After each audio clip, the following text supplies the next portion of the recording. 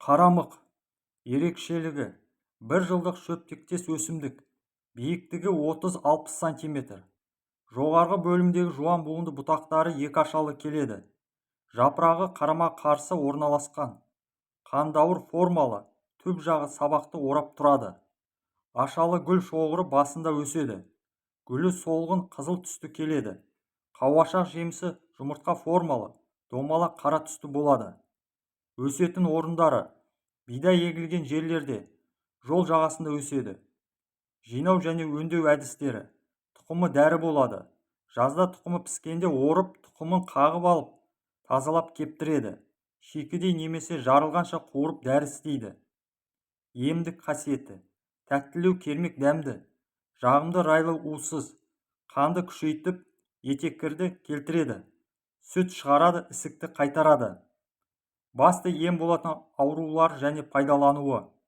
Қызықты және қажетті ақпаратты жіберіп алмау үшін каналға тіркеліп, лайк басып, пікір қалдырсаңыз, каналдың әрі қарай дамуына өз үлесіңізді қосасыз.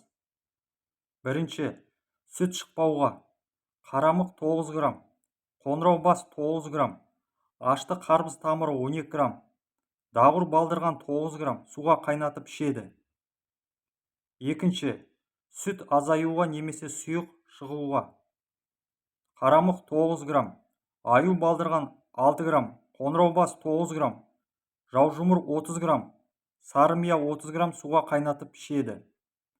Үшінші, емшек безі қабынуға: қарамық 9 грамм, бақбақ 15 грамм, ащы қарбыз дәні 12 грамм, қарабас шөп 9 грамм суға қайнатып ішеді.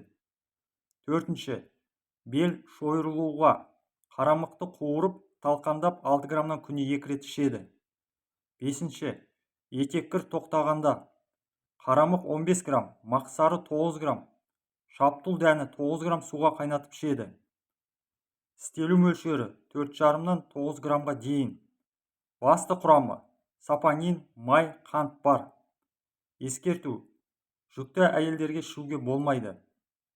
Видео пайдалы болған болса, онда туысқандарыңызға, достарыңызға жіберіп, олардың да дені сау болуына өз септігіңізді тигізіңіз. Видео танысу сипатына ие екенін және кез келген жағдайда дәрігермен кеңесуіңіз қажет екенін ескерген жөн. Келесі видеода жүздескенше аман сау болыңыздар. Ұстаған оразаларыңыз қабыл болсын.